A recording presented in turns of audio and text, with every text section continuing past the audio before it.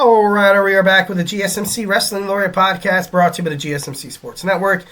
I'm your favorite wrestling fan here, Eric Rodriguez, every Monday through Friday, 8 p.m. Pacific Time, 11 p.m. Eastern Time. Here to talk about the greatest thing in the world of professional wrestling. We talk about, backstage curtain calls, dramas, and, we talk about, superstar and active statuses, injury updates. We talk about contract negotiations, extensions, and new signings from promotions like WWE to AEW, Ring of Honor to TNA, to the GCW, to the NWA for makes major news in the world of professional wrestling. We talk about it here on this show, so make sure you guys like and subscribe so you guys can get notifications whenever we go live, so we can talk about some good old-fashioned wrestling. All right, guys, kind of reflect on what we talked about right quick.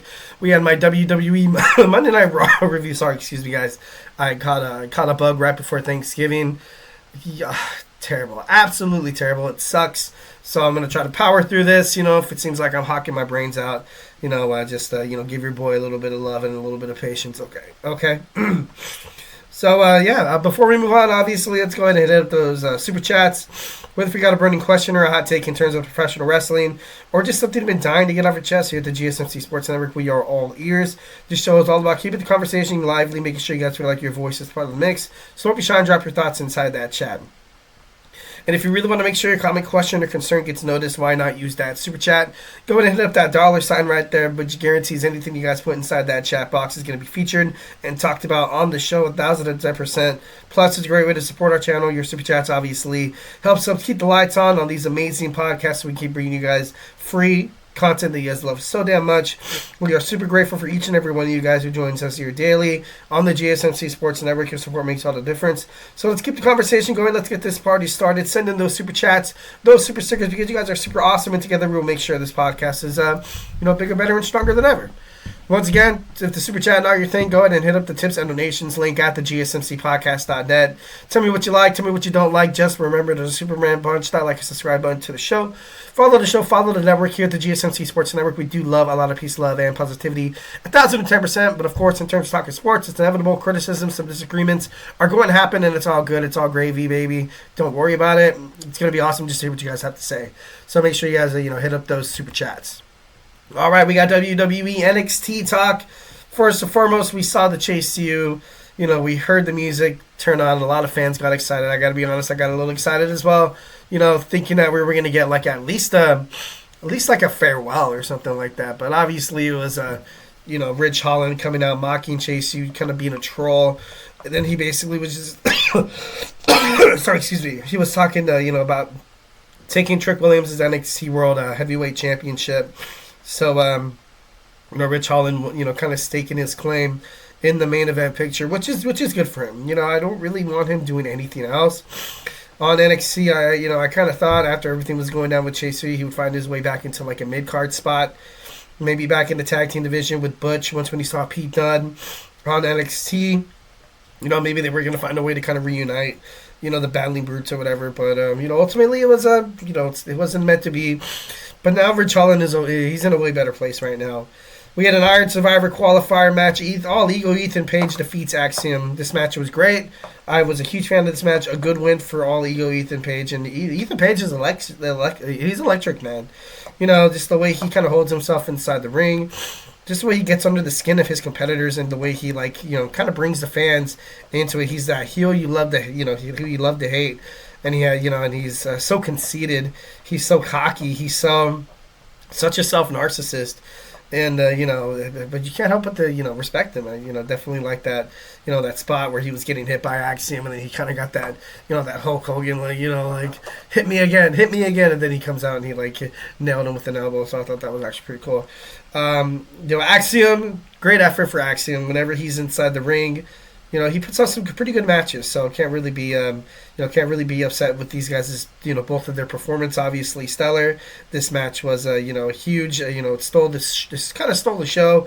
I liked how there was no interference. I hate it whenever you get a good match and then at the end of it, just to kind of end it, they're like, all right, let's just have somebody pop in, and then that'll be the end of that. Nathan Frazier accidentally disses his partner Axiom, obviously. Once again, All Ego Ethan Page, building up bridges, driving wedges in the middle of alliances and stuff like that. That's something that Ethan Page, he's done pretty well in his career. Then we saw Wes Lee come out, Javon Evans, and then we saw Then we saw a tag team brawl coming out. Obviously, there's one more person to be inside that Iron Qualifier match, but we obviously at the in the middle of the show we found out that there was going to be a fatal 4-way match for everybody to kind of get a second chance.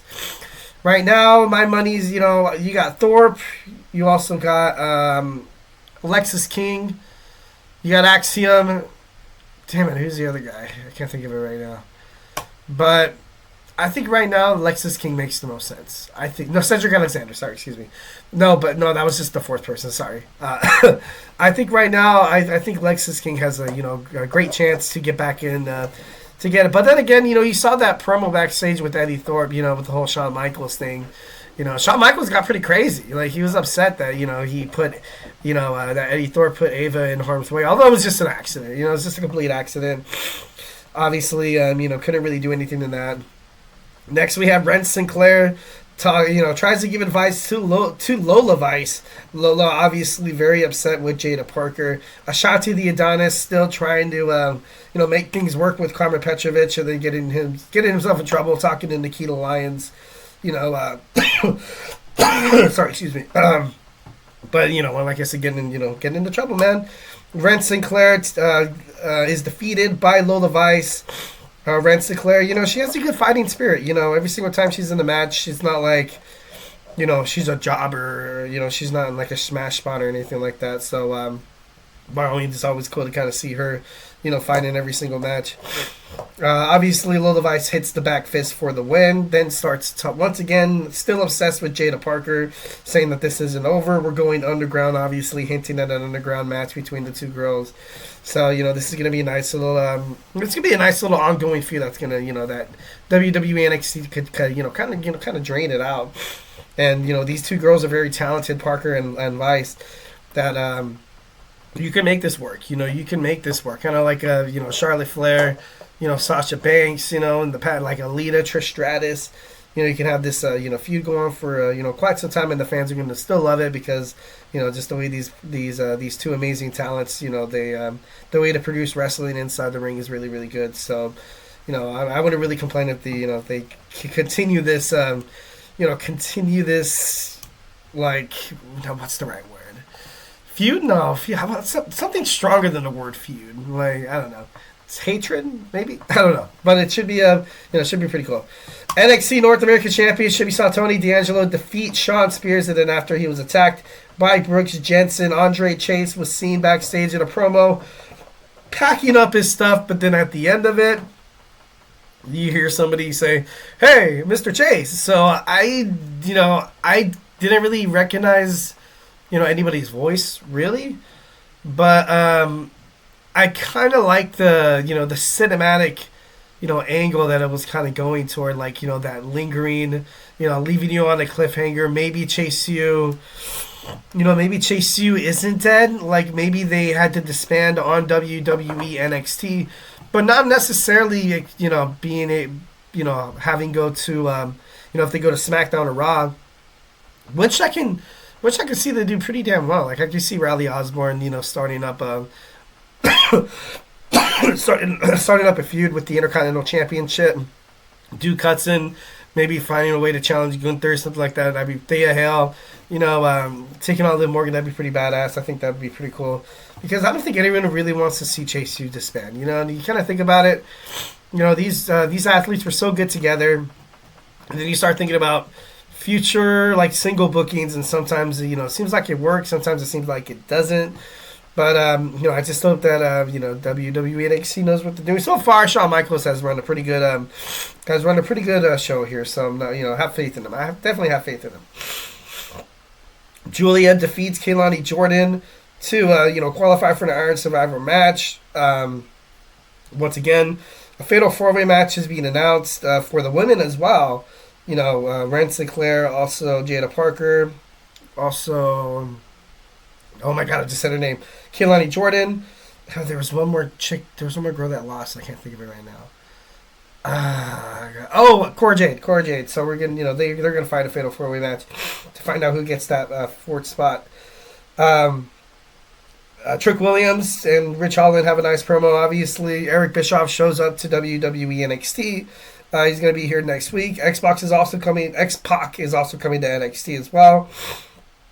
We had a Women's North American Championship match for the main event. Tatum Paxley loses to Fallon Henley. Tatum Paxley is, she has quality matches. She's not too bad. Paxley knows how to, she knows how to get into big spots. Gigi Dolan returns to help out Tatum Paxley after she gets beaten and attacked by the Fatal Influence. All right, guys, so hey, do not go anywhere. We're going to jump on into our third segment. We're going to talk about CM Punk joining the original Bloodline, possible storylines, my reactions toward it. We're going to talk about that when we come back, so hey, do not go anywhere.